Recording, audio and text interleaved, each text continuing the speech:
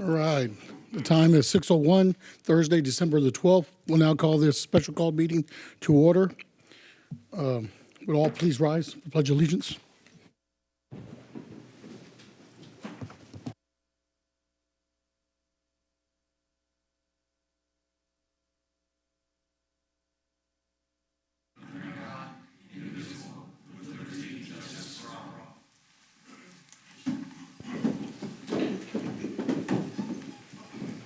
Will the City Secretary please call the roll? Mitchell, Rizzo, Present. Heiser, Zuniga, Present. Harris, Here. Parsley, Tobias. Present. We have 4 members present. We have a quorum. At this time, we'll approve, I'll welcome motion for the minutes. Okay, Mayor Pro Tem Rizzo, I'd like to go ahead and make a motion to approve the minutes for the City Council meeting for December 3rd, 2024, and the regular meeting minutes for the same date, December 3rd, 2024, please. Do we have a second? All right, we have a motion by Councilmember Tobias, second one by Councilmember Dr. Lee Harris. All those approve the minutes, say aye. Aye. All those opposed? Minutes pass. All right. At this time, we'll open up our citizens' comment. The citizens in the audience wishing to speak, please limit your comments to 3 minutes, and please fill out a citizen comment form. At this time, we have 2 citizens that are signed up to speak. We've got Hunter, and I'm going to butcher your last name because, what's your last name there, Hunter? Shula. Okay, go. Well, thank you for giving me a minute to speak to y'all. My name's Hunter. I've lived in Kyle for about 6 years. I live in Waterleaf Falls, where we have one of the city parks, Waterleaf Park, and I'm here to bring your attention to an uncontrolled feral hog problem that is destroying the park. I have a few images here for you that I'll show, and then I'll let you leaf through the rest of them at your leisure. This is a map of Waterleaf Falls Park. The areas in red indicate moderate to severe feral hog damage in the park. Now, this is a relatively new problem. None of that damage was here last year. I think this probably started about 6 months ago or so. Now, I know the city has had contracts with trappers in the past. The best I could tell, the most recent one expired a couple of years ago. I have never seen damage like this in my time here in Kyle. In this image, all of that loose soil there, that all used to be grass. This is all new. It's been getting worse in the past few months, and even just in the past few weeks. I believe there may be a few different reasons contributing to this problem. One of them is new construction in the area. To the northwest, a subdivision is expanding, and to the northeast, there's a road extension project. Now, additionally, there are some adjacent farmland to the northeast where I believe they're hunting hogs at night, which is fine, is within their rights, but I think it might be contributing to this new migration we're seeing. What is not fine, however, and I've seen on more than one occasion, is I believe these hogs are being baited as well into this area. I've seen loose corn feed spread on the ground, as well as smashed up pumpkins placed in inconspicuous places along the tree line. I contacted the city police about it, and they didn't seem very interested, which, you know, to some extent I understand. They have other things to deal with. I contacted the game warden, who was interested to some extent, but there is only one game warden for all of Hays County, so I don't know how much time they'll be able to devote to that issue. If and when you decide to take action on this issue, I don't know that traps alone will be enough. There's a relatively new market, or a new product on the market, a toxicant that has been endorsed by the Texas A&M AgriLife Extension Service. You might want to consider using that. It's my understanding it's pretty safe to use, and I don't think you're going to be able to hunt these off of the city property. But this damage is extensive. I took these photos just a few hours ago today. It's been getting worse. Even just 3 or 4 nights ago, probably 10% of the red that you see on this map showed up just a few nights ago. I hope you'll address it soon. Thank you, Hunter. Appreciate it. Next up is Anthony Jaramillo. Is that right? Ramillo, yeah. Hello. Thanks for having me. And I'm part of Kayak, the Capital Area Youth Advisory Council, and this is my team. Hello, I'm Emma Sanchez. I was elected to be City Council Liaison, so I get to present Kayak's ideas and all the amazing things we're coming up with. I just wanted to thank y'all for giving young adults the space to speak and bring our problems to the council. I'm Dustin Wimberly. I was elected as the marketing chair, and I'm here to support our initial upbringing of Kayak this year. And so today I came here to give you a thanks for all the members who have been in our meetings, especially Ms. Daniela Parsley and Mr. Bearheiser. And they always supported us, and they've gone to every meeting and sometimes bring snacks or just something, or even ideas for us to build on. And it has been something very good that this is something I've never experienced. It's just meeting new people, just having a family, and this has created something for me that I want to grow up and come back to the Kyle and build something. And so we've gone to our first meetings. First was just how everything works. Second one was about the positions, and then our next meeting is going to be our project, our big project to the end of the year. And last time our project was having stones, which the community got to paint, and we collected some and to put in the park. It wasn't that much, but we did gather a lot of rocks, and a lot of kids went there to our market days. They went there and painted, and it was the community that was acting together, and it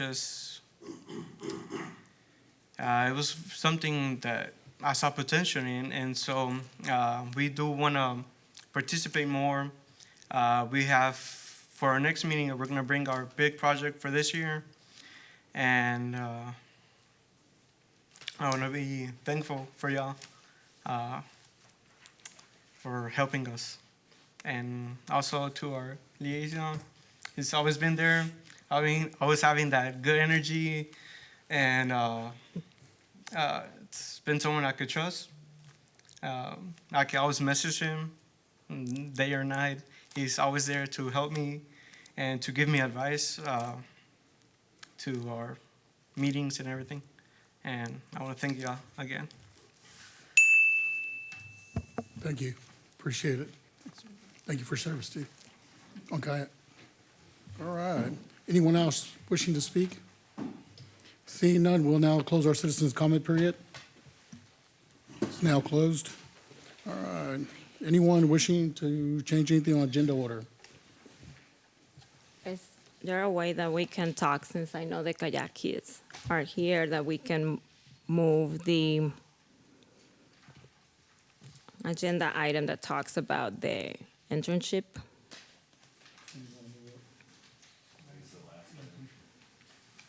It's item 19.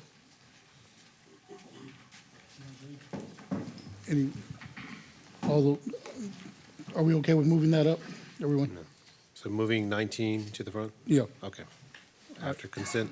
sounds good. All right, consent, yeah.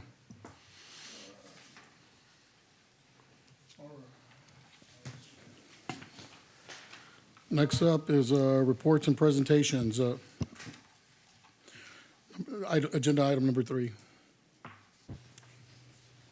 Recognized outgoing Councilmember Parsley.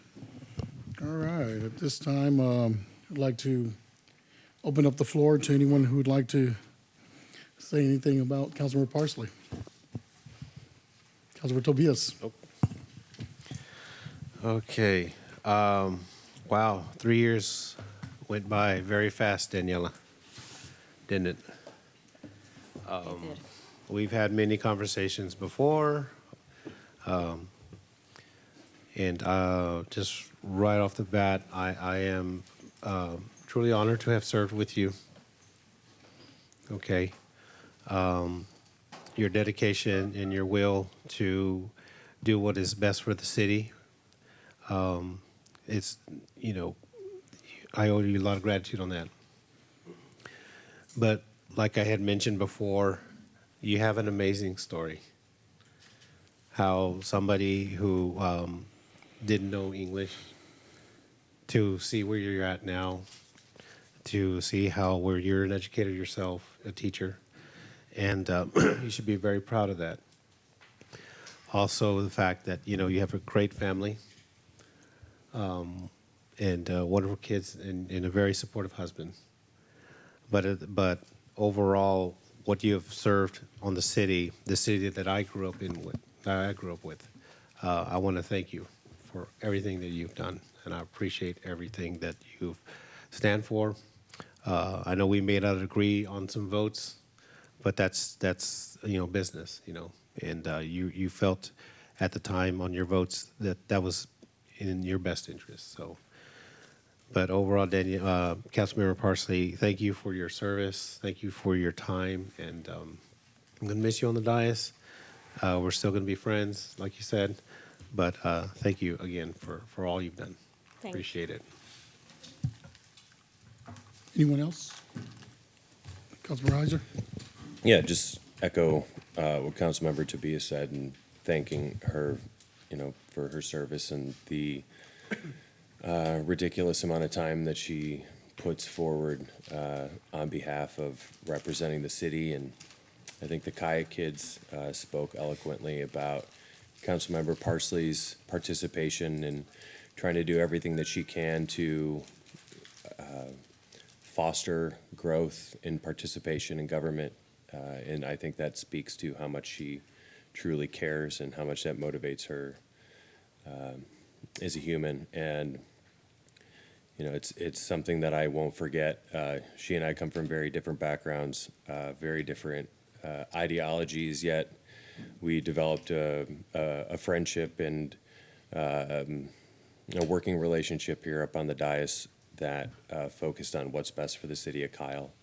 And it's something that means a lot to me. And I think as I look at the world right now and how polarized it is, there's hope for people who want to look past the differences and find common ground. And I think that's it says a lot about who she is. And so I'm just very thankful to have had the opportunity to serve with her. Thank you. I'd like to express my thanks to you for your viewpoints and for your energy and your deep commitment. It is not an easy thing being on the city council. I can tell you, I've had 1 year, she's had 3. And it requires a huge time commitment. And you've not taken back any of that time, even though you went to teaching, and your support of the youth has been a great addition. We have people on the council that support youth, but you have been very vocal and very attentive in your support of the young people in our community. Thank you for that. Thank you so much. Yeah, I'd like to also kind of follow up with what everyone is saying. Danielle, I was very honored to work with you and, to share a lot of these agenda items with you. Your dedication to the community, I think we could all see that, how professional you were. And I did like watching your presentations and TikToks on Facebook, so I know you're still going to do some of those. I think that you've got a long journey still ahead, and I, see how you're a person that loves to learn. I share that as well. I think we do share a lot of experiences coming from, immigrant families and succeeding, and there's still a lot to be happy and thankful for, because, you and I, we take advantage of opportunities. And, you're working on your master's degree in administration, so I think that's going to open up a lot of new doors for you, and you'll have a very great future. You have a loving family and many friends that, like to spend time with you. And people don't know this about us, but, sometimes we did rub on different issues, but Daniela and I personally get along really well. We're always having a lot of fun when we do off the dais. So this is a tough job. It's tough for anybody who sits up here. And Daniela, she did very well. So I'm very honored to have served with her. And, you have my full respect. And I consider you a friend and someone who I will always reach out for when I'm bothered or disturbed about something that I need to bring up or speak about, because I think that you're that person who could give me good direction. So thank you for your service. Thank you. We'll miss you. Daniela, just remember, each of us had the ability to make this community better with one small good deed at a time. That was by helping a neighbor, helping a resident, giving time, and also the energy of listening to people. Sometimes just having an ear for people is important. This makes our community vibrant, and it makes us beautiful. Your time on the council, I really got to know you, and I really thought we were going to be totally opposite. And that was okay, because, that fear kind of went away really quick once we got to know each other and work together. I knew that was someone I could respect and work with. Everything that you've done in the community, from holding your events and giving people more information before a meeting, was important. Your coffee time, your dedication to the police department and the officers, they know that you definitely paid a tribute and cared about them legitimately. But it was the residents. Every time we had a resident come up, you always took the extra time to reach out to them and make sure that they got heard and that you helped them with any way they could. But one of the biggest things that I really loved about you was your trust. I appreciate your trust in me. Anytime you had a situation you could figure out, you pick up the phone and call me. And that's a lot of trust. You put a lot of trust in me. I appreciate you trusting me like that as a friend and as a colleague. I really got to know you, and I think you're a wonderful person. Thank you for overcoming all the challenges and everything that's ever thrown your way. You're a strong Latino woman and a strong Latino leader. I really appreciate your dedication to the city that I was born and raised in, and will continue to live here forever because of leadership like yourself that brings the city forward and allows us to keep this vibrant city moving forward. Even though we're growing in a great way. We're not doing anything that's going to hamper the way of life, quality of life for our residents. We're doing a great job up there, and your votes showed that every time. So I appreciate everything you've done for your city, and we're really going to miss you. And at this time, Mayor Mitchell has a video he put out for you.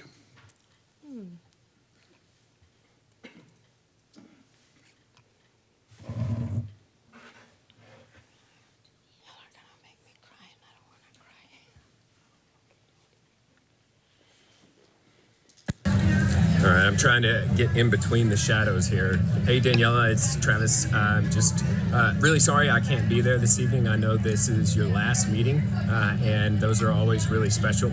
I know that the rest of my colleagues probably have many things to say or will have things to say about your time serving here. For me, it's bittersweet, and I can imagine that you're also feeling some of those conflicting emotions. On one side, being really happy to get to move on and get a lot of free time back, but on the other hand, you're stepping away from something that you really enjoyed during the time that you were here. And I think all the way back to the first time that we met and really started trying to get to know each other.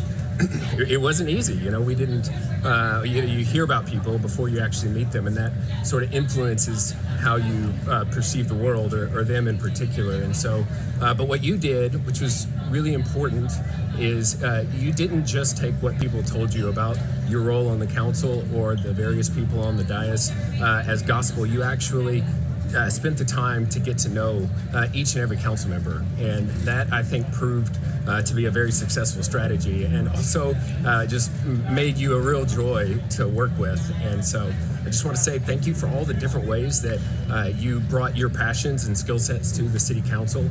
You certainly made an impact across a variety of different platforms, and you always had the community in your heart. You always maintained a passion that I've seen many not be able to maintain. And so you did a fantastic job. I'm really excited about what happens next for you. So just enjoy this evening. Try not to worry about it too much. And we'll see you soon. Thank you, Daniela. And Mayor Mitchell had a couple of presents for you. He's got a couple of pictures. Council at Christmas. No. You were the Grinch. And I really like this one right here. Our groundbreaking's so great. So you got your story. Thank you. From Mayor Mitchell, and I've got one more parting gift for you. Daniela, on behalf of the city of Kyle, for your service and dedication, I want to present you with this plaque. And I can read it for you if you want. Cool. In appreciation for your years of service, and dedication to the citizens of the city of Kyle, Danielle Parsley, Council Member, District 5, December 2021, December 2024. Thank you for your service. Thank you so much.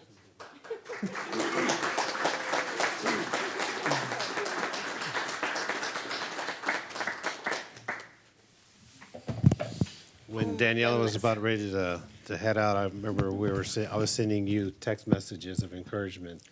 And one of the things that I found was from Dr. Seuss. Remember, I'll send it to you. It says, "Don't be sad because it's over. Be happy that it happened." Daniela, would you like to say anything? Yes, I'm trying to collect myself because I was really happy on my way here thinking all the things I'm going to say, and I really don't feel like I'm going to cry because I'm actually happy for the entire experience. So let me see if I can come up with saying what I'm supposed to say without crying. I try to think about a word that could describe this experience as a whole. In my opinion, it really boils down to communication. When I got elected, one of the things that Mayor Mitchell mentioned about being on council is that this was kind of like an arranged marriage. It is one of those types of relationship that no matter what, you're gonna have to find a way to communicate with each other. You don't necessarily need to get along, but you're gonna have to be able to maintain good communication in order to make things happen. It will make your life easier as a council member, and it will make your job much more effective. As unfortunate as it is, a lot of people run for council trying to get rid of somebody or to go against everyone else, just to realize that unless you work as a team, you will not get anything done, because we have seen that happen before. It is very important to listen, to understand, not to listen to react or to respond.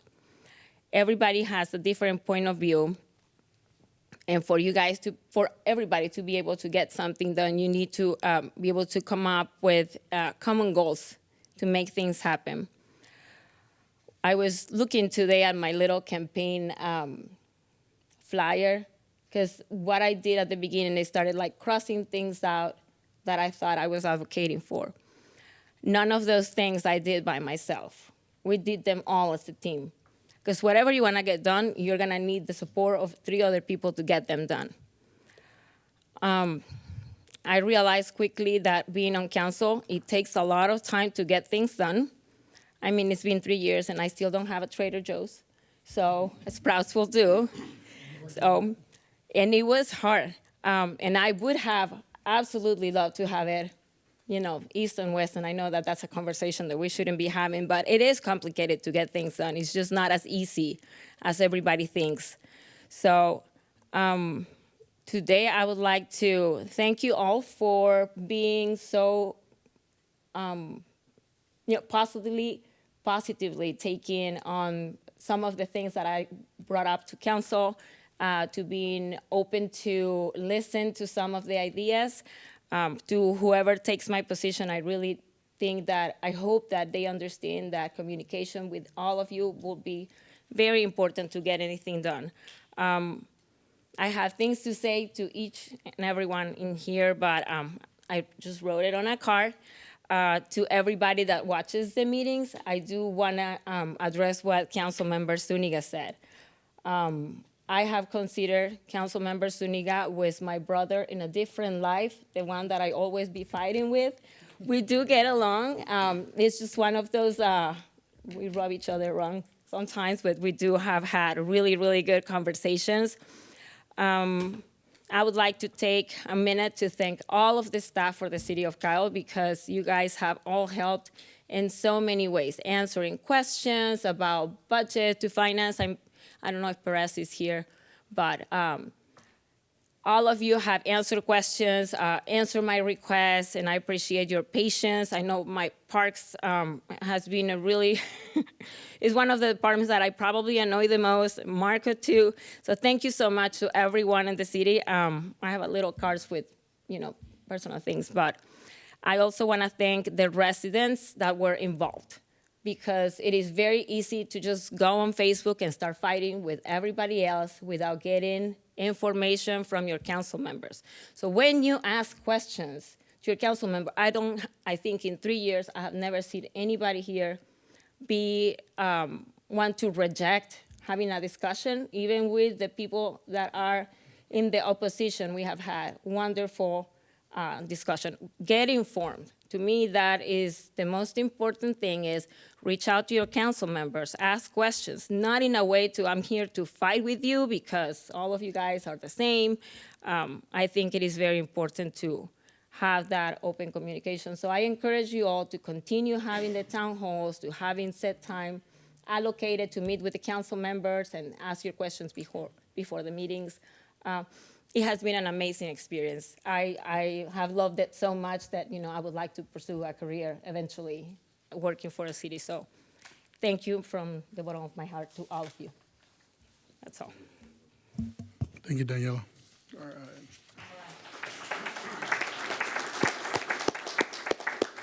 Oh, I do want to say super special thank you to my kiddos for being in here. I am so proud of what they are doing. So thank you so much, Councilmember Heiser, for bringing back kayak, because it has been a wonderful idea to get them involved. So I'm very proud of you guys.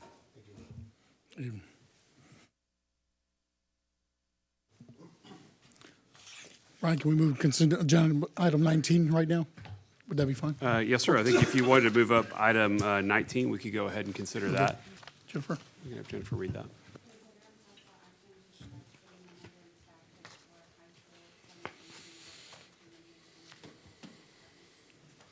Okay. Councilman Zuniga, it's your item. I'll let Daniela open it up because majority of it was her item. Go ahead. This is one of those, right, Zuniga? So back in February or March, we had a discussion about what we would like to see our youth being involved. If this is one of those we want Kyle to be a community where you grow up, where you live, where you work, and you have fun. I think we would like to start getting our youth a lot more engaged into the opportunities that are within the city of Kyle. There are many departments that have opportunities that they would like to explore. So a couple of weeks ago, actually, Dustin was mentioning that he would be very interested in having some sort of internship or be able to shadow our communications department. He is wonderful with videos and pictures. He's the one who handles all the media for our school. And I thought, oh my God, yeah, we need to bring this back. So it was brought up during the kayak meeting. Happens to be Council Member Zuniga was having the same ideas at the same time.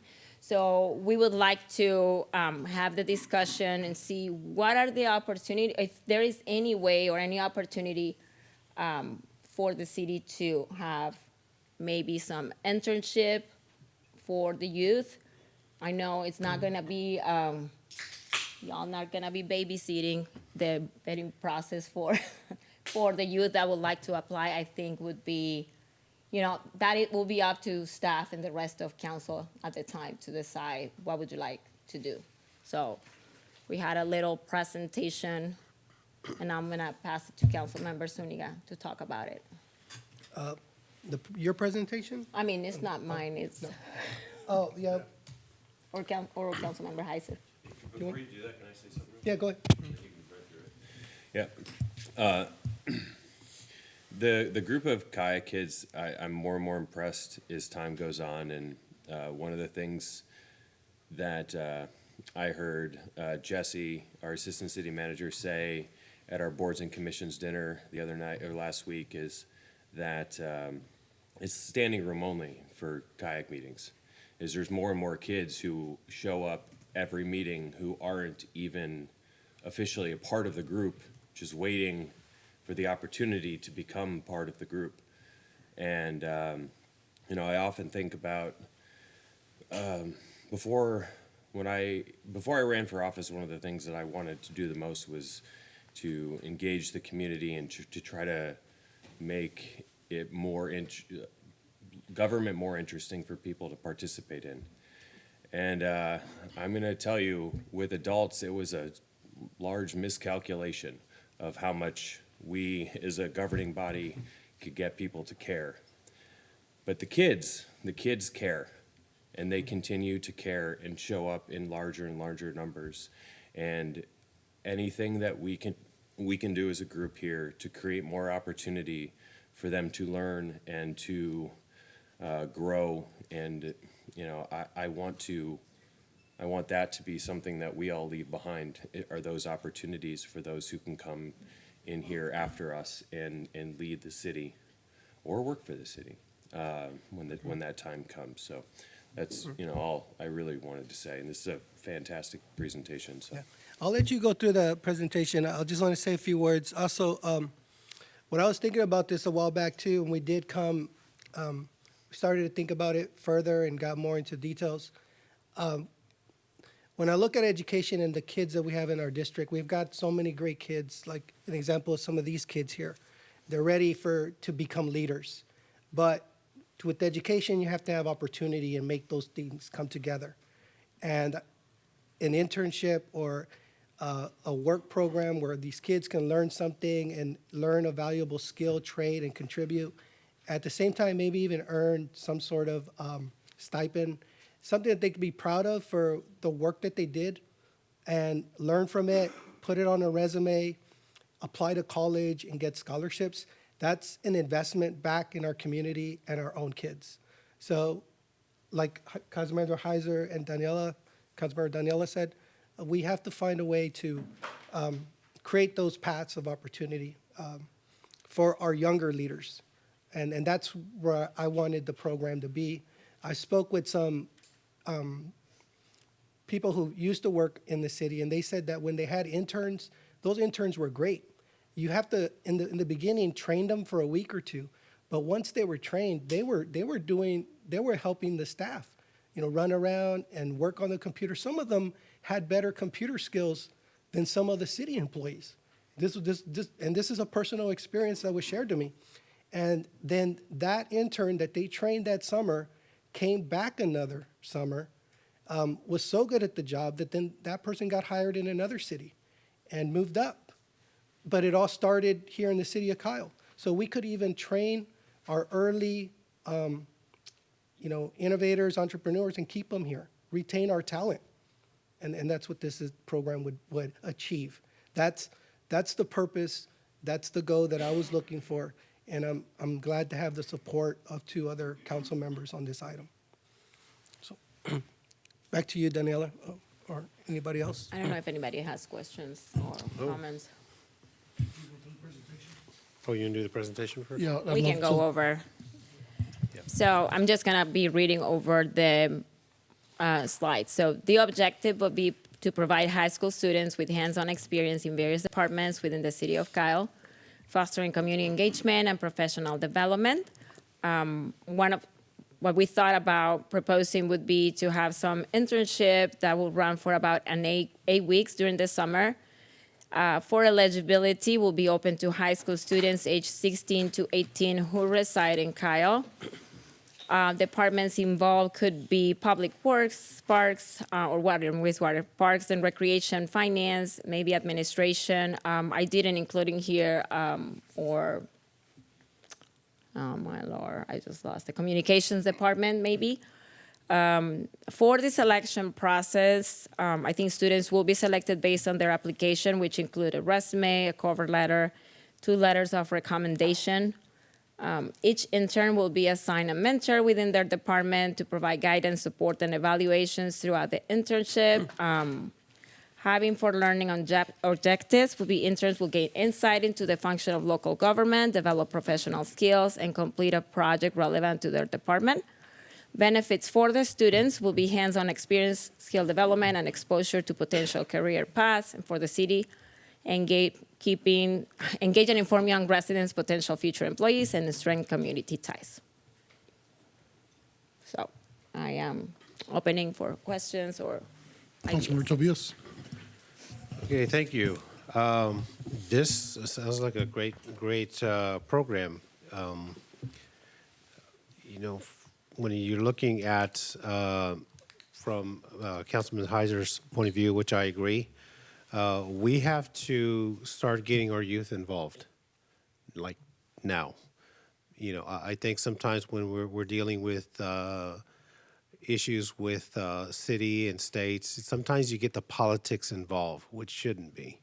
And that's a lot of times what you hear on that end. But I think in this aspect,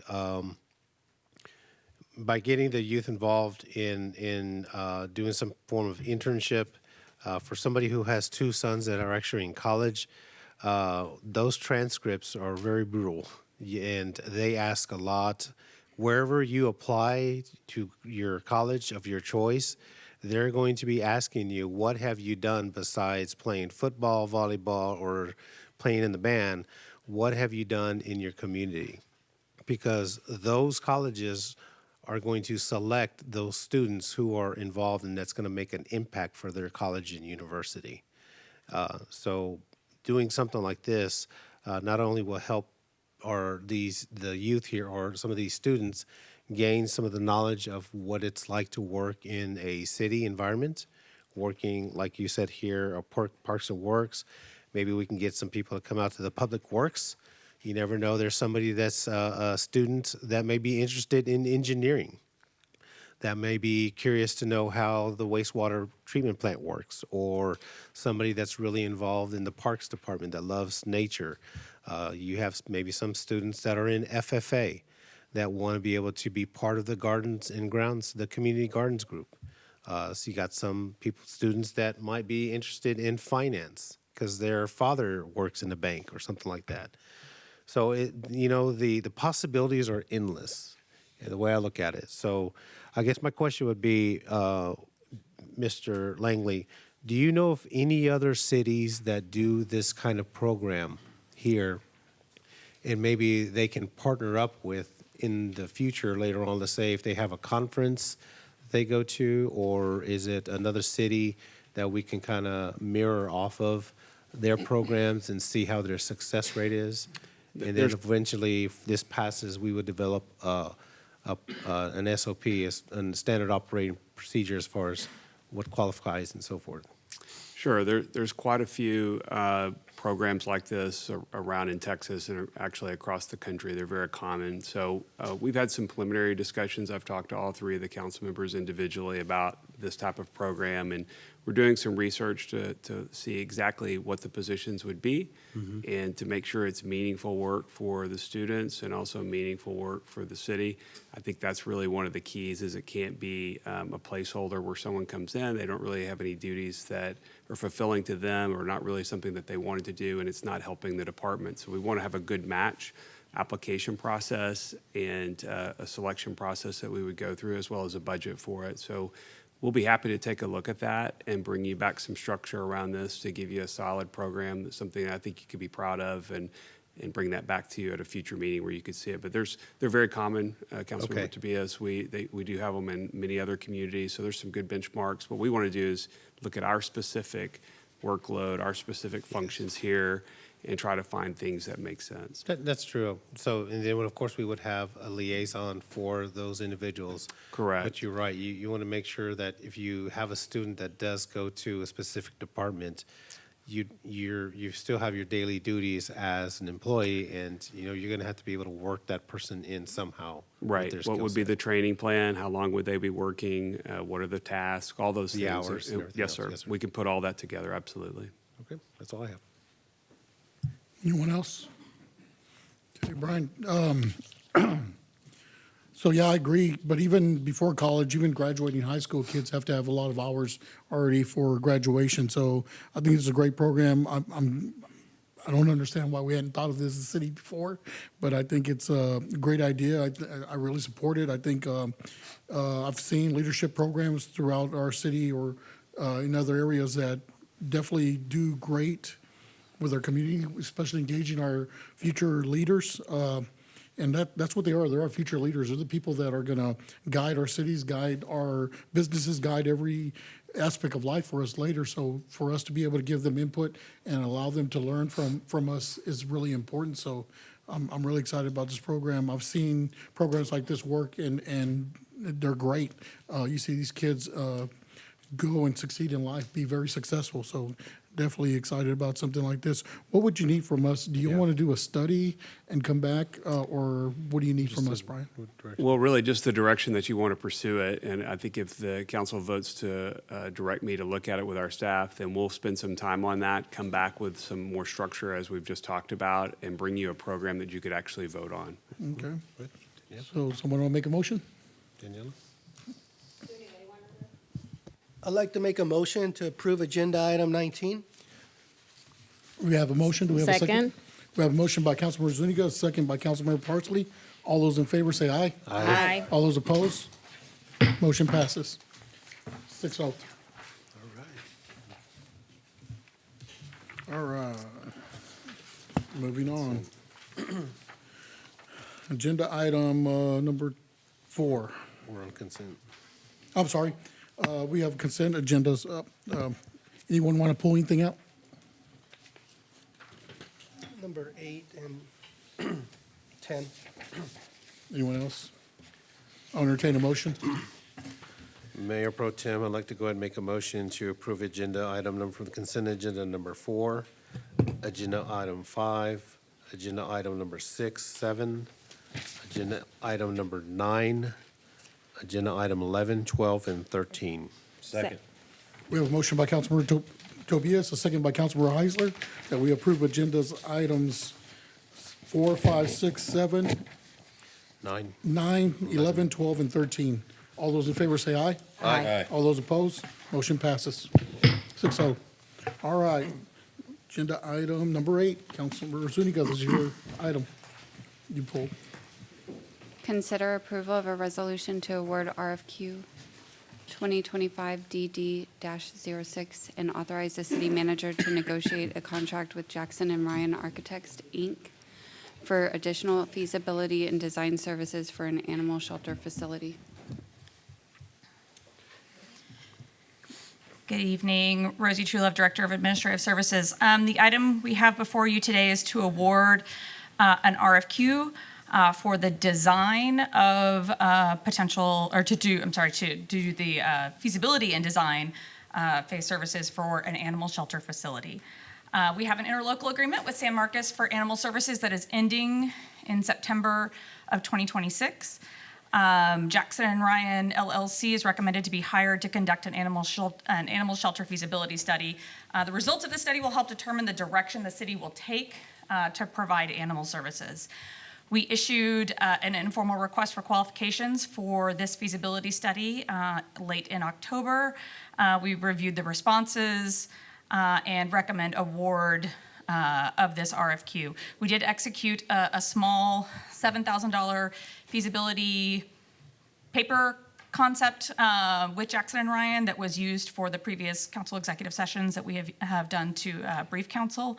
But this is just really the award of the contract. We will then go and negotiate an agreement with Jackson and Ryan and bring them back in January for execution of the contract and a larger briefing, I think, with Assistant City Manager Elizondo. Sounds good. Councilor Zuniga? Thank you. I was just looking at, all the bids. So I just want to say they seem to be like a very highly rated, highly recommended firm. So I'm glad that they were chosen. They're chosen pretty high on the merits.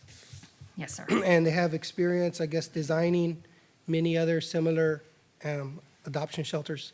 Yes. So I'm assuming we're looking at a feasibility for best practices animal shelter, or not determined yet? I think it's a general feasibility study that will help to determine what the needs are for our community.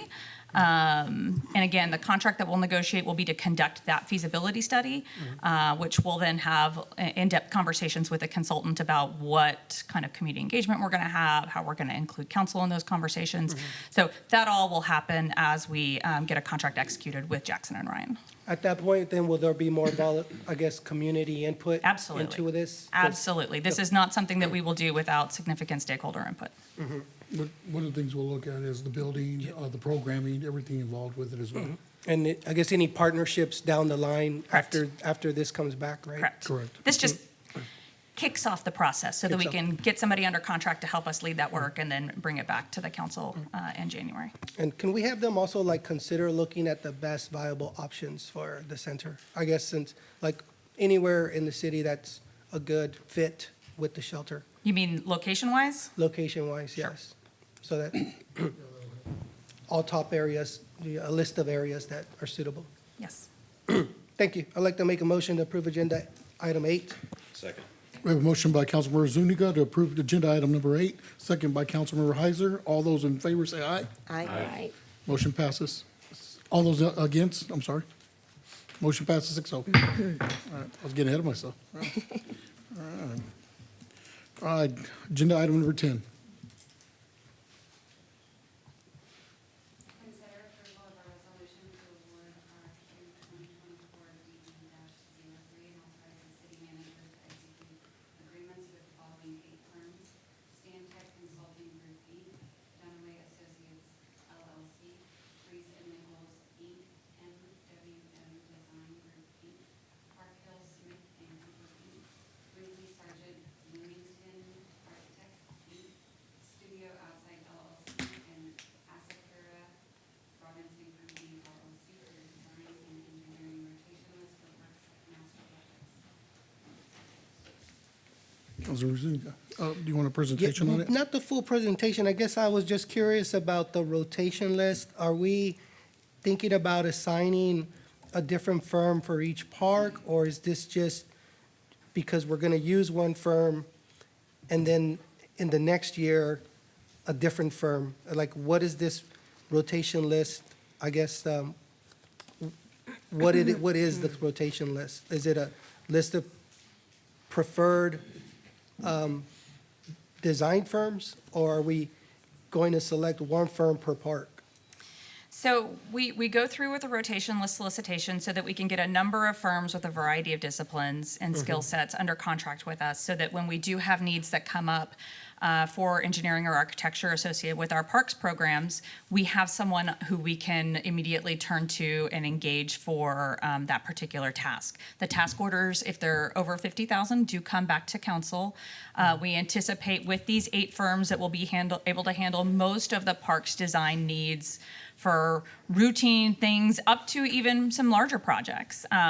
We will still probably do scope-specific RFQs for projects that rise to the level of what you'll see later on the agenda tonight for Lake Kensington. But this is going to be our suite of contractors, or consultants rather, that will provide professional services for our parks program for the next several years. So we'll have this list for next year and the year after? It'll be, I think we anticipate that it'll be available for use for the next 3 years. And the idea is that we would assign, projects to individual firms based on their expertise and their availability. And, some firms may get one larger assignment, some firms might get 2 smaller assignments. And, it just depends on what kind of projects we have that are coming forward through the Park CIP. So Do we pay any retainer fees No. to hold these Nope. in our list? We just contract with them to be ready so that we don't have to go through the steps of going through a specific RFQ for future CIP work. So if I could just interject and add a couple of comments. All those answers are very helpful as we're kind of thinking through this, but this is all about building capacity, speed, and efficiency for delivering capital projects. And so we wanted to have a master RFQ that was done so that when we need to hire design firms. We already have an approved list that you don't have to go back through a 90-day process to pick a firm to do that. We already have an approved list to move forward on, so we can deliver projects more quickly.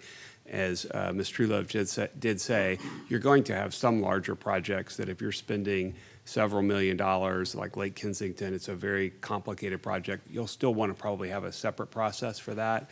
But for a lot of the other projects that we've been looking at, we want to make sure we can bring those forward very quickly. We do have the investment that we're making, the $25 million that we've talked about in our existing parks, making sure we have good quality designs on those to move forward on those projects. This list will help us make sure we can do that very quickly. So that's the purpose of it, is to make sure we have an approved list of vendors that can help us quickly move projects forward. Hopefully that helps. Yeah, I mean, I trust that, they're good, because I know one of the concerns was water use in the park, so that some of these have specialties in the water conservation and the water reuse. So I'm hoping that they're all suitable for those projects moving down the line. And we will make sure that as we're making assignments, that we are hitting the appropriate, that we do have the appropriate skill sets on those teams. So if we do have a project that comes up and they don't have someone identified who is an expert in water use, and that's important for that particular project, we always have an opportunity to bring in additional sub-consultants under those consulting teams. So this just, as Brian said, allows us to be ready to go when we're ready to go. Move faster. Uh-huh. Yeah. Okay, well, I'd like to make a motion to approve agenda item 10. We have a motion by Councilmember Zuniga to approve agenda item 10, second by Councilmember Heiser. All those in favor? Say aye.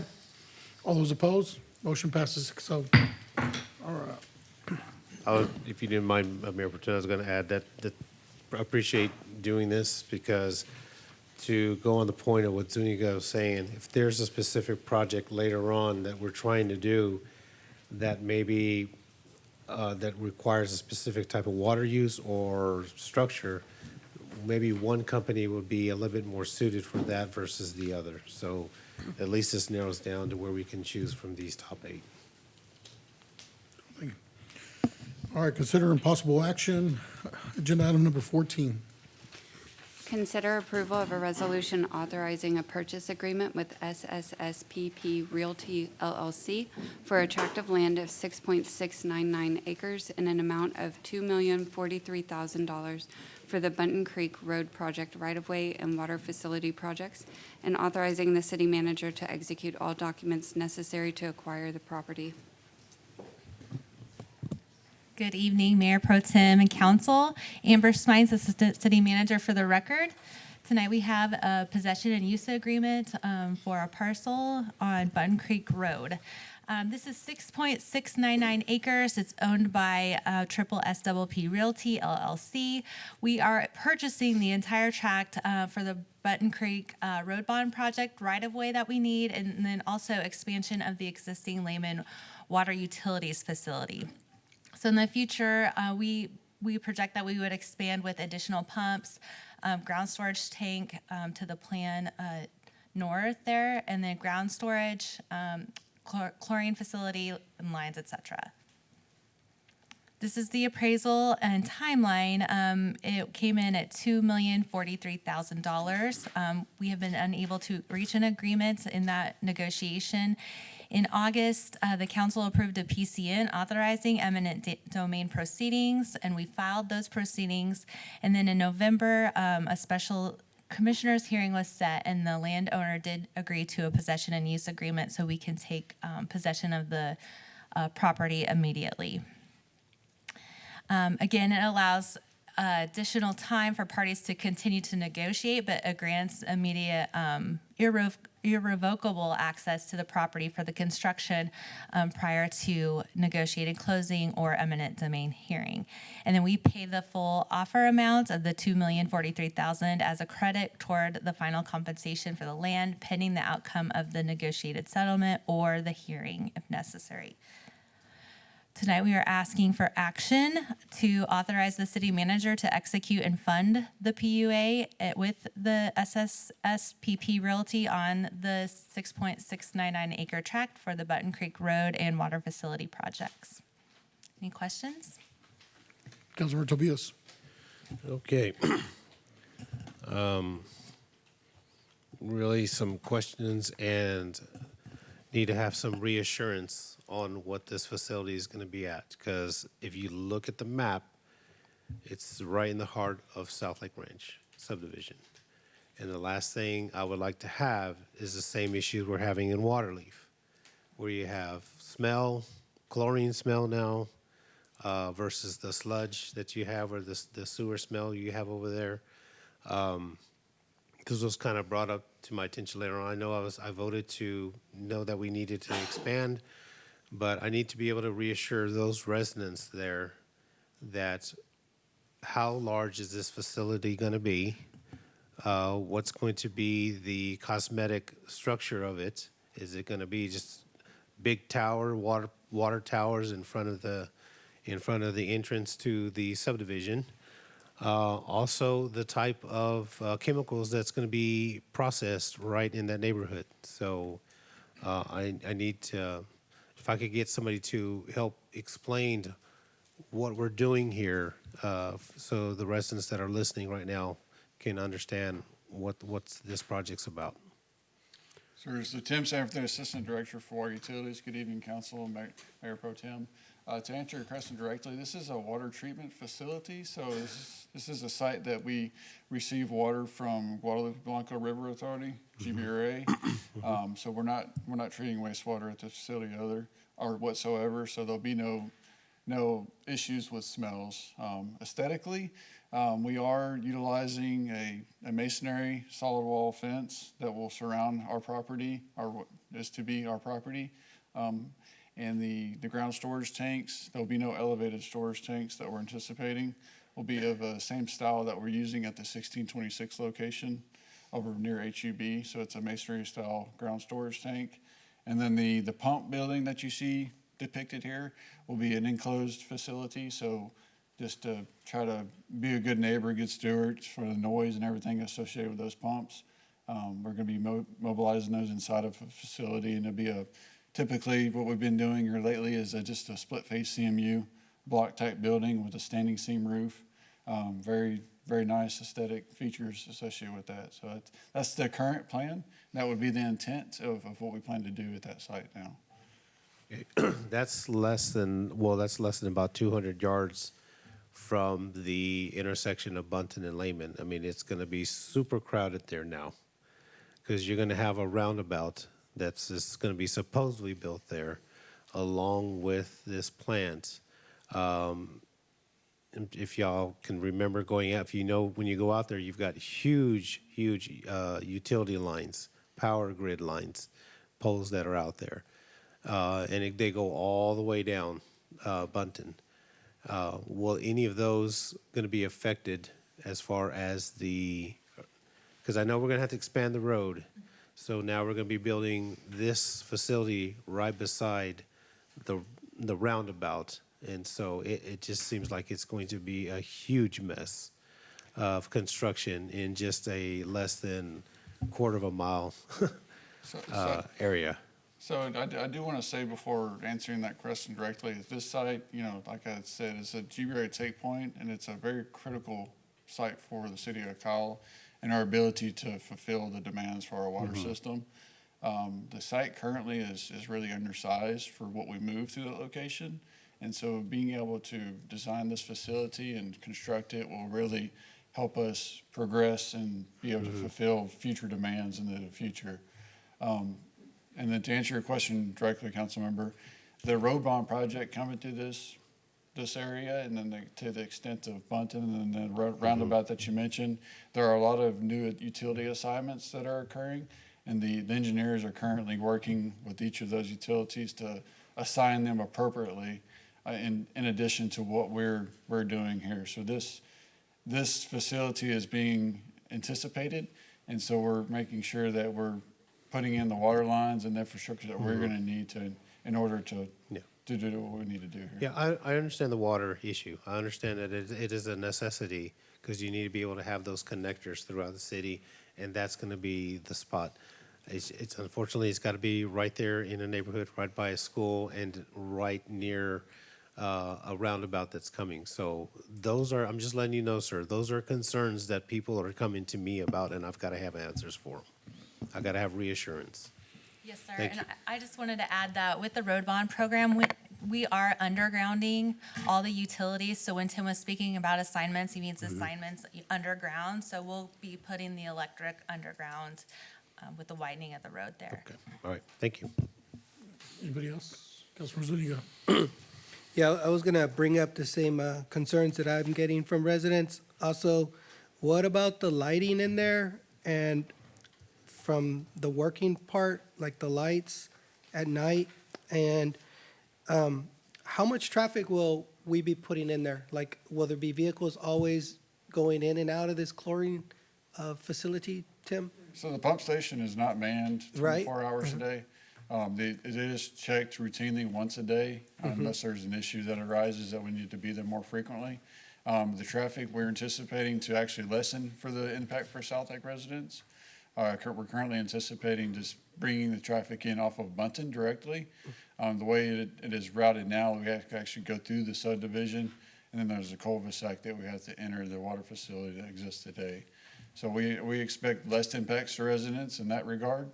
And then the lighting, what we've done at other facilities is if unless it's a security need, we typically install those on a switch to where unless we're there on site working on equipment and need that light, things are turned off. But there will be some very simple lighting around some buildings and things just because it is a secure facility and we needed some requirements for those aspects. And there's already a water container there, right? There's some big vessel there. There's a ground storage tank currently. You can kind of see the little white tank there at the end of I believe that's called Sapphire, that cul-de-sac that's there today. So you said that that's underground? Is that an underground It's a tank? ground storage tank, so it's located on the ground, but it is elevated Okay. to around 40 feet in the air. So how many more of those are we going to put in here? So what we're currently designing to in our initial phase would be one ground storage tank, similar to the size that we have at 1626 of 3.5 million gallons a day. And then we'll leave ourselves room to install an additional ground storage tank if the need arises.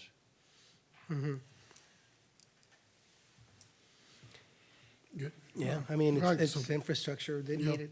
So it's much needed infrastructure. The good thing about it's a water tank. It's something that'll help us when we get the RWA system going in. That's going to help distribute water throughout the city. So it's really a crucial part of our water plan. So I'm glad that we're moving forward on this in timely. The other thing I want to point out is that this is going to, if you look at the map, this is taking out the S turn right there on Button Creek, right near Lehman. So that's going to be a big impact for the residents there. That S turn is really bad. To be able to get this property and now lessen that turn is going to be really, really important as well. But I'm really looking forward to it. But I understand y'all's concerns from residents. When you see something going up around the city, you're kind of like, what's going on here and what's going to affect my life? So I understand their concerns, but I can assure you a water tank, I live near one too, and pretty good size. Well, mine's elevated though. They're really nice aesthetically, and they're what do you call it? There's not really a lot of traffic there, and it's something that's going to be crucial for us as a city. So looking forward to moving forward on this project. So it's gonna be like the same design that's by Wallace? No, it's going to be 1626. right 1626, right past as you pass HB and get to the turn. There's that big concrete one going in. It's going to be like that. Okay. That high? That Yep. big? Okay. Yeah, no, it'll be lower than what's at Wallace. The one at Wallace is high. This is low. Right. Go. Thank you. Motion. I'll entertain a motion. All righty, I guess I'll go ahead and make a motion to approve agenda item number 14. Second. We have a motion by Councilmember Tobias to approve agenda item 14, second by Councilmember Dr. Laura Lee Harris. All those in favor say aye. Aye. All those opposed? Motion passes 6-0. Thank you, Mr. Chairman. Great questions, guys. All right, agenda item 15. Reconsideration of the vote at the December 3rd, 2024 City Council meeting to consider approval of a 5-year agreement with K3 Resources LP, DBA K3 BMI for sludge hauling services at the wastewater treatment plant for an amount of $275,000 for each contract year. Okay, this is my item. I wanted to reconsider. I just felt that when we got it last time, it was really rushed, a little quick. Wanted more time to really evaluate it and get to know the contract a little better. And I think I've gotten all the answers from staff that I needed answered, so I'd like to reconsider approving this item and bring it back, just to bring it back. This is what the vote right now is, just to bring it back. So I'd like to make a motion to reconsider agenda item 15. Second. We have a motion by the Mayor Pro Tem Robert Rizzo and second by Councilmember Barry Heiser. All those in favor say aye. Aye. All those opposed? Motion passes 6-0. All right. Agenda item 16. Consider approval of a 5-year agreement with K3 Resources LP, DBA K3 BMI for sledge hauling services at the wastewater treatment plant for an amount of $275,000 for each contract year. All right. Do we need a presentation, or is everybody good with, or going over it again? I got my question. You got your Yeah, questions? I would just note, this is the same presentation, the same item Yeah. exactly as it was presented to you at your last Just making meeting. sure that, okay, I just want to, since I'm bringing this back, I just want to chime in real quick. One of the things that kind of worried me is somebody, I thought this was somebody new coming to work for the city of Kyle. I didn't know if they had any history here. Staff has reassured me that they've got some history there. They've done some work with the city of Kyle, seemed to be a pretty good company. One of the things that really concerned me was giving a little lengthy contract with someone I really didn't know. So what I'm hoping to do is, if they're amenable to this, I would ask K3 to consider a 2-year agreement with a 3-year agreeable contract and a 6-month period to just evaluate them, if they were good with that. Is that clear? My understanding, you're talking about a 2-year agreement instead of a 3-year Instead of a agreement, 3-year, yeah. with 3 extension options Correct. associated with that 2-year agreement and a 6-month evaluation correct. period. And to my understanding, they are agreeable to that. Okay. Do we have any other questions? I did have a question. Councilor Tobias? Sorry. Okay, so when you're going with, when you go to the staff recommendation, we have Texas Disposal at $9.85. And this company that's on the agenda item is at $2.75. Why is there such a large difference in the price, and what kind of services are you going to be providing for that? Because you're going from almost $1 million, and then That's a huge difference. that's a big, it would be a big savings for the city, but I'm curious to know what is the balance on that? What would you be actually doing for that low amount of? Okay, thank you, Councilman. Mike Murphy, Director of Water Utilities, Mayor Pro Tem Council. So we have the owner, one of the, I guess, a third. I'm the CEO. I'm K3. There you go, to answer your question. So I'm going to let him introduce himself, Okay. and then he can answer questions about their operation and why there's a discrepancy in the value. Hello, Mayor Pro Tem, Council. I'm Carlos Circums III. I'm K3. I'm the owner of the company. I've been in business 43 years in the sludge business. And your question directly was, why was there a disparity in the price?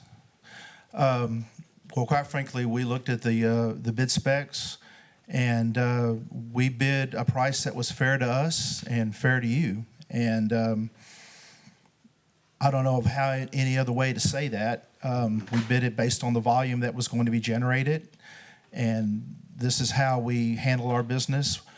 We don't go into a bid looking to hit a home run. We're more interested in a base hit, and being in business for 40 plus years, that's just the way we've been doing business.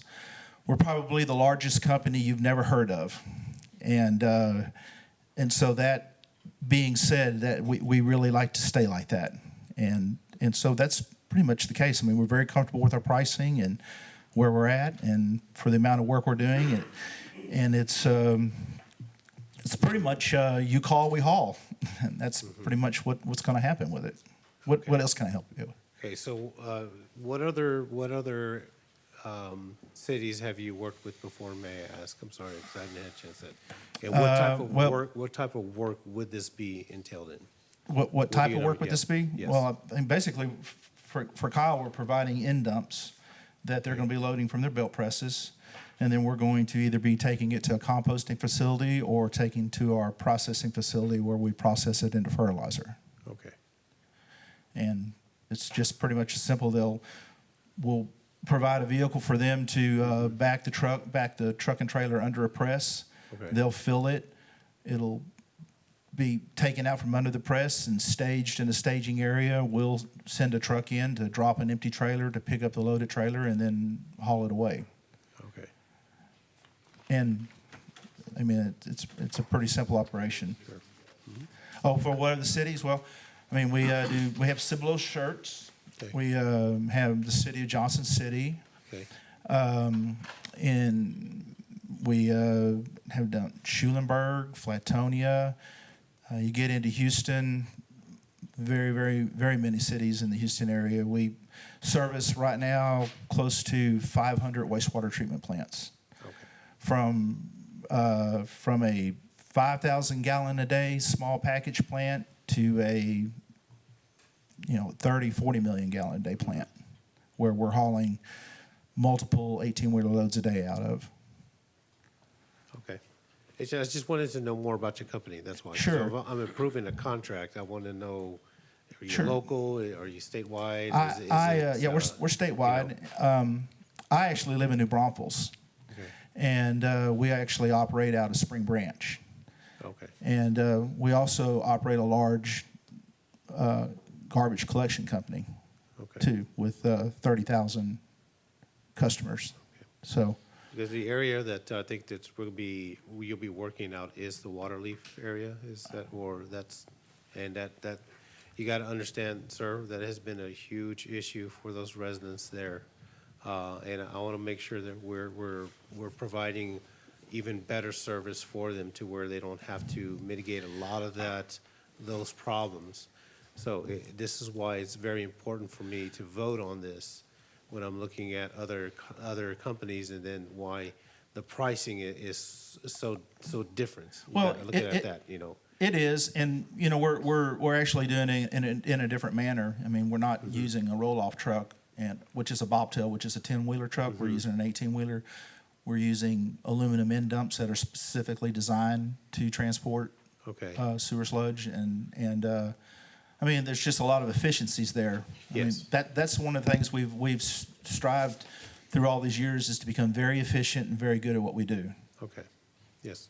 Because we've had issues where we had other trucks, actually, as they're leaving the neighborhood, where there's spillage and it leaks all over the street, and I it understand. affects the entire neighborhood. So I just want to make sure the company that we choose is efficient, and we'll be able to develop a product and the service that we're asking for. And that is my goal, too. Thank you, sir. I don't want you to ever think about this ever again. Yes, sir. Well, thank you right. very much. I have your reassurance. And Councilman, just so you know, we're not going to be going through the Waterleaf neighborhood. We're going to be going out Heidenreich, that Okay. is ready for us to use. So the whole process here is to be quicker, Okay. more efficient, and less odor. Yes. And that's why we selected this group above the other three. I mean, that's one of the Yes. reasons that we selected them. So we have high level of confidence here. Thank you very much. Okay. Appreciate it. Thank you, sir. Appreciate your I answers. did just want to ask a quick question. Yeah, it's the customer service for me as well. Some constituents ask me about, when you read the presentation, I guess, slide 6, Brian, it does say staff recommendation, other factors, and then it's not quite clear what the utilized 35-yard trailers and the city's haul truck means. What do we mean by "and the city's haul truck"? Yeah, so we have a haul truck on site that stays on site. It's an old Unimog Army vehicle that's up there in the years, and so we use it. But the contractor has offered a small pulling trailer for the site that they're willing to leave on site for our specific use. It's not going to leave the site, but it's for our internal team to operate, which was a great benefit that they offered us. And so I don't know if you guys want to talk about that anymore, but Yeah. So we thought that was a misunderstanding, Well, that it would be using our city vehicle to haul. No, what we're going to provide is what's called a yard mule. And it's a truck specifically designed to move trailers. And it just makes it really easy. It's automatic, everything's hydraulic. It couldn't be easier for a person to use, hopefully. And so we're going to provide that as part of the contract for the city. Okay? So, thank you. Just real quick, I just want to say, look, Sure. honestly, we've all gotten the emails from the residents in that area. Sure. And that's why this was so important to us. I don't want you to think that it was something y'all did. The price did scare us a little bit, so that I understand. deviation was kind of different. We just wanted to research more. So I just wanted you to know that there was nothing y'all did. I just wanted to have more time to research this and go over it a little better. But the other thing was to make sure that the residents were getting a quality product. As Councilmember Tobias said, when you get these emails and you think about the quality of life, that's our job up here, is to think about quality of life for our residents. We're really going to take it seriously. So I just wanted you to know there was nothing against your company. It was about making sure we did our due diligence and brought the right company in to I handle this. certainly agree. And let me tell you, I want to make money. Don't get me wrong. And I'm going to make money at that price, and I'm going to be very happy with it, and you're going to be very happy with it, and he's going to be very happy with it. When we show up with brand new equipment and brand new trailers, it should make things very nice for everyone, okay? It's great to hear. Great. Thank you. Councilmember Rizzo, what was the length of time for the contract that you were? So we're looking at a 2-year contract instead of the 3-year, with 3 years of renewal. And so it makes it a 5-year contract. Well, in essence, it would probably be a 5-year contract, but also it would give us a 6-month evaluation. So in 6 months, if it's nothing that's going right over there, then we can go a different route. But I mean, after hearing the conversation, I think we're going to be okay, hopefully. But it'll be up to staff now to do the evaluation and to bring us an honest evaluation will be the biggest thing as well. Councilor A Parsley. quick question. Is there any cancellation fee? I don't For believe so. early We have the ability termination? to cancel for convenience at any point. And that's what Amy was saying, Okay. our attorney, city Yeah. attorney. I would like to make a motion to approve item 16 with the modifications done The amendments. and with the amendments done. Do I need to state the amendments? The 2-year contract with one, Two-year contract with Three- 3 one-year renewals. with 3 1-year renewals And 6-month evaluation. and 6-month evaluation. Cool. We have a motion by Councilmember Parsley to approve agenda item 16, a second by Councilmember Heiser. All those in favor say aye. Aye. All those opposed, motion passes 6-0. All right. Moving on, agenda item 17. Consider approval of a resolution authorizing the city manager to execute all documents necessary for the purchase of a tract of land containing 9.412 acres situated in the M.M. McCarver Survey, A-10 in Hayes County, Texas, for the amount of $2,110,735. Good evening, Honorable Mayor Pro Tem and City Council members. David Lopez, Director of Parks and Recreation. Some brief history on what we're calling the quote-unquote option land. So as part of a DA with Lennar dating back to 2019, the city indicated a desire to purchase the said option land for outdoor sports use, namely soccer. On July 16, 2024, as part of PIN negotiations, there was an addendum to that agreement reaffirming the city's desire to purchase this land for the sports complex.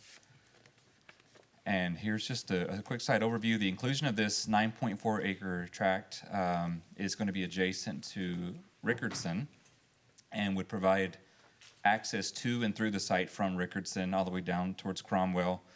This would be adding 9.4 acres to the 80 acres already owned by the city. And there's the highlighted tract of land in the sort of the northwest quadrant of the site. And just to give you, that's a full-size soccer field. Just for some context, this is a draft plan for the site. It's not an adopted master plan.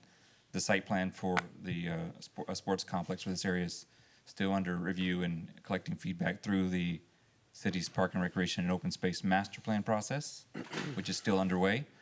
And just a quick summary, the Lennar Phase 2 Development Agreement agrees to sell up to 10 acres to the city at the price of $224,000 per acre. Since the city would be interested in this 9.4 acre tract, it would bring the total purchase to roughly $2.11 million. The city's recommendation is to approve the item as presented. And you have two options: to approve or to deny. And at this time, I'll take any questions you all may have. Does anybody have any questions? Yep. Let me get, Councilperson, you go first this time. Go ahead.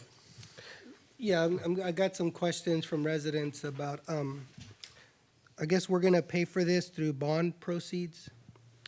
But, so they wanna know, like, if the bond money if we still have bond money from that 2020, and can you use bond money for this area in the TERS? How does that work? Because since I've been sitting on council, we set up a TERS, and then there's a TERS board, and then we've issued bonds. So this one's going a bit backwards, since the bonds were approved first. So just to clarify, in the 2020 bond program, the city was authorized to issue $7 million for the Sportsplex, and the county was authorized to issue another $7 million, so a total of $14 million.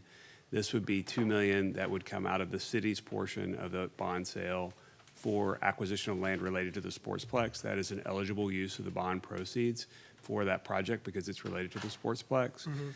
This is a long-standing option that we've had on this property. This did expire 2 to 3 years ago. The staff had not acted on it for a variety of reasons, and it had expired. So we came back to the city council a few months ago when we were negotiating some modifications to the PID for Lennar.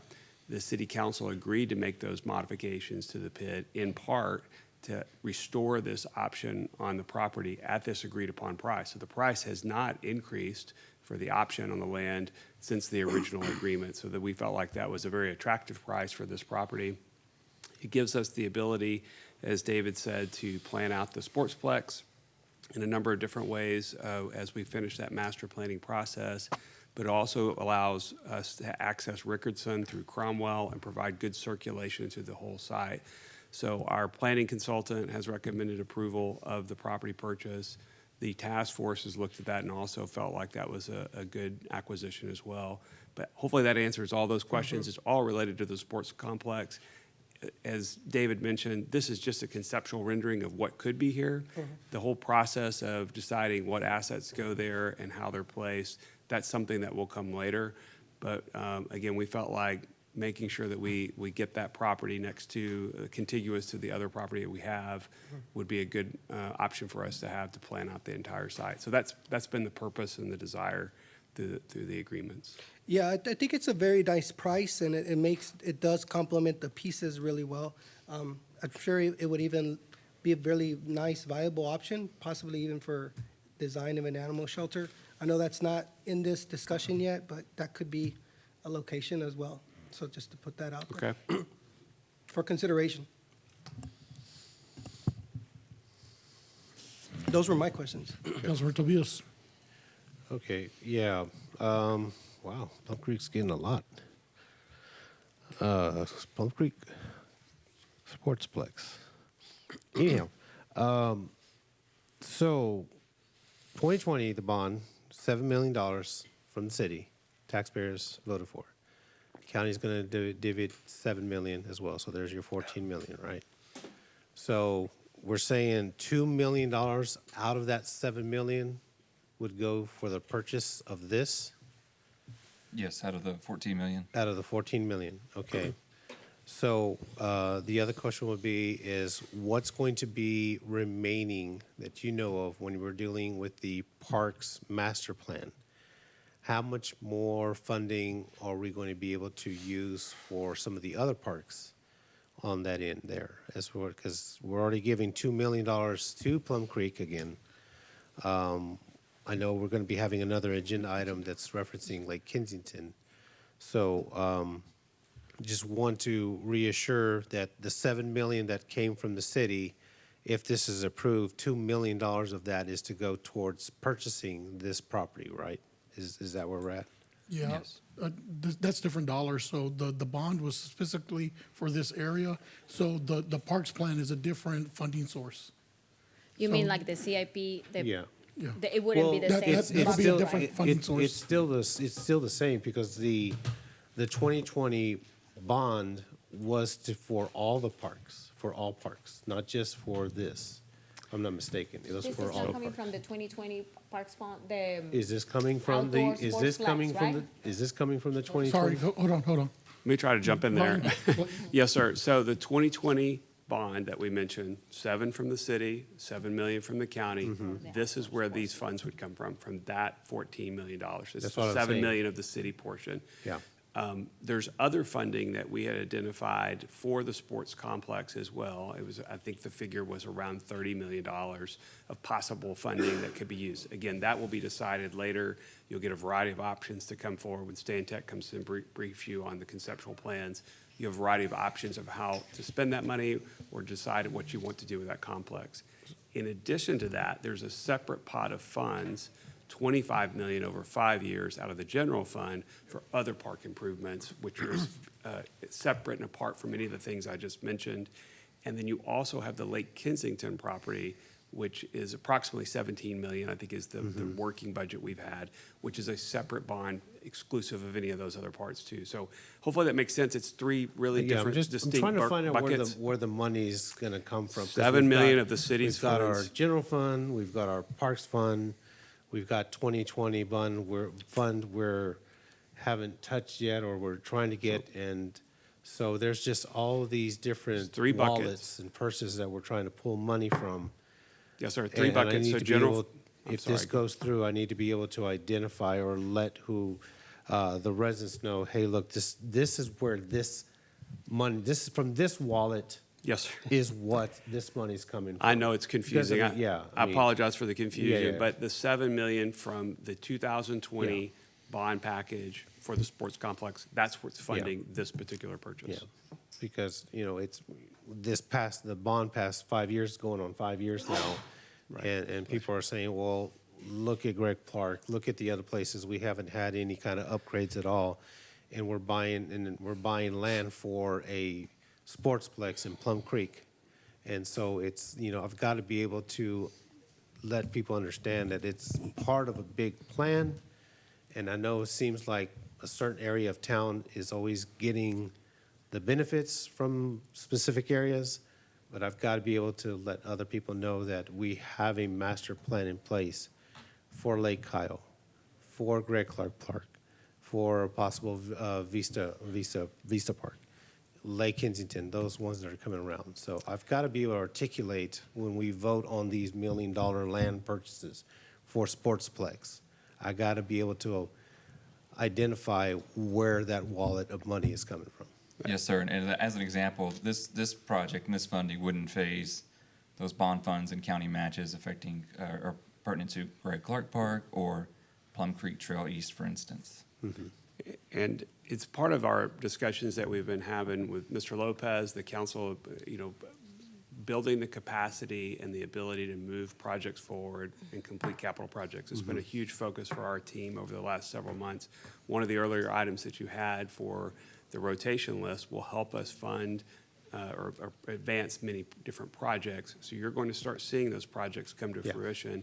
I believe through January through April, every month you're going to see Mr. Lopez talking about another project that we're ready to actually finish a design and start a groundbreaking and actually bring forward for completion. This is just another piece, and as you mentioned, it is out of those 2020 bond funds, not the other buckets that we talked about. Hopefully that makes sense. Yeah. I know it is confusing. Yeah, I just got to articulate where all this money's coming from for the Plum Creek Parks, the Lake Kinston, all that, because I'm the one that gets the emails. Cool. All right. Any other questions? I have a comment. Go ahead, Councilor Parsley. I do think that it's beneficial for the city to acquire this land in order to be able to really program what is going to look, how that outdoor sportsplex will look like. It just gives, it gives an advantage that if we wanted to redesign or if there is anything additional, even if you wanted to put the animal shelter in there, which I don't think that would be the place, but it will be up to the city to decide that. So that being said, I would like to make a motion to approve item 17. Second. We have a motion by Councilor Parsley to approve agenda item 17. I have a second by Councilor Heiser. Any more discussion?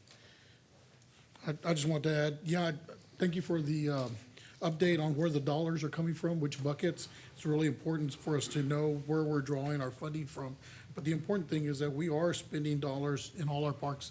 The park plan is something I'm really looking forward to. The $25 million to invest in our aging parks is something that I'm really excited about because our parks have dilapidated for years. But the big one is the $18 million for the Lake Kensington. Lake Kensington is going to be a premier park. It's going to be amazing. Looking forward to the programming. The task force working really, really diligently on it as well. And I think it's going to be a premier park, and it's going to be great. And I love the area of town that's in, and we're going to make a huge investment in that area. And it's great because I was just talking to an official from the school district talking about nothing being in that area. And when I told him about Lake Kensington, he got really, really excited. So to see someone like that get excited about a project we're doing was really reassuring. So I'm looking forward to it. But thank you. So all those in favor say aye.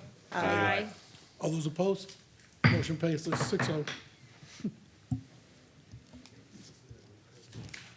right. Agenda item 18. Consider approval of a resolution to award RFQ 2024 DD-02 and authorize the city manager to negotiate a contract with Mesa Design Group, Inc. for the design services of a nature park at Lake Kensington. It's true love. I figure with the intro that you just made and the comments you just made about Lake Kensington, I almost don't need to go through the presentation. This is to award our design contract for the nature park at Lake Kensington. We're very excited to be proposing Mesa Design Group as the recommended firm. We all know we have a 105-acre undeveloped park at 2400 Daisy. We completed a feasibility report back in June of this year and identified this as a priority project for 2025 through 2026 in our capital improvements plan. This will be programmed and designed as a premier nature park, and as Brian mentioned, our budget for this is $17 million. The proposed design process will include contracting for preliminary engineering report, beginning surveys in geotech, beginning our public input process, bringing 2 or 3 design concepts to the Parks Board and Council for feedback and approval, and then bringing a full construction design contract to Council for consideration. For the procurement fund, we issued the solicitation in September of this year. We received 17 responses, which is fantastic to have so much interest in a park in Kyle. Could not be happier with the solicitation process. City staff evaluated the responses. We shortlisted 4 firms for consideration by the Lake Kensington Task Force. Those were Mesa Design Group, Design Workshop, Inc., SWA Group, and the MP Studio Landscape Architecture. Both the city staff panel and the Lake Kensington Task Force recommend awarding the contract to Mesa Design Group. We have task force members here if anybody wants to have any remarks about that. But we do recommend from staff's perspective that we approve the award of the design services contract. We will kick off negotiation of this contract right away and bring back the full scope for this initial phase for execution with council as soon as we can. Councilmember Harris. I was just delighted with the quality of the applicants for this contract. We could have selected any of them, I think, and they would have been wonderful. Mesa's going to do us an outstanding job. They have amazing staff and amazing contractors that they will be working with, including Black Land Prairie Conservation Group. So I'm happy to recommend this contract. And just to add, the members are Councilmember Tobias, Councilmember Harris, and myself that sit on that committee.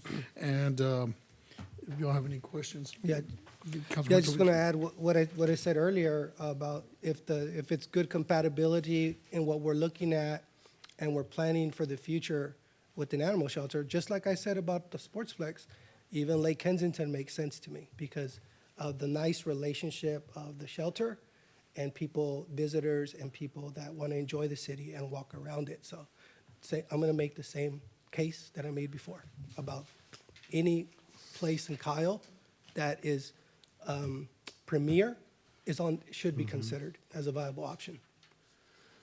Councilmember Tobias. Thank you. What I liked about the Mesa Design Group was because it was a tough decision. Because like I mentioned in my notes, because there are so many good firms out there, and seeing a lot of their projects and a lot of their work, you're just like, I want a piece of this. You wanted to Frankenstein so many different things. I wanted a piece of that part to go with here, or this, actually, this would probably go where the sportsplex would go, this kind of playground setup. But what I liked about them was their preservation model. And if you guys, if anybody's driven out to the area we're talking about, the property, you look at it, there's a lot of oak trees and elm trees and lots of specific grasses, the unique grasses that haven't been touched by humans in decades, you know. So just being out there, hopefully there's no feral hogs, which I'm maybe sure, but we'll have that problem. But other than that, I like the way that they designed one of their pavilions in Houston, and it fit the model of the property because I go out there a lot, and so that was one of my special features about that. And so thank you to Dr. Lee Hairsley for serving, and Rizzo, Mayor Pro Tem. I think we did a good job as far as selecting who we did. So with that, I would like to go ahead and make a motion to approve agenda item number 18. Second. We've got a motion by Councilmember Tobias. Okay, got a second by Councilmember Harris to approve agenda item 18. Any more discussion? All right, all those in favor say aye. Aye. All those opposed, motion passes 6-0. To make a motion to, we got executive or no? Nope. Do I have a motion to adjourn? Second. All right, so moved. Can you take a picture like this? Amber.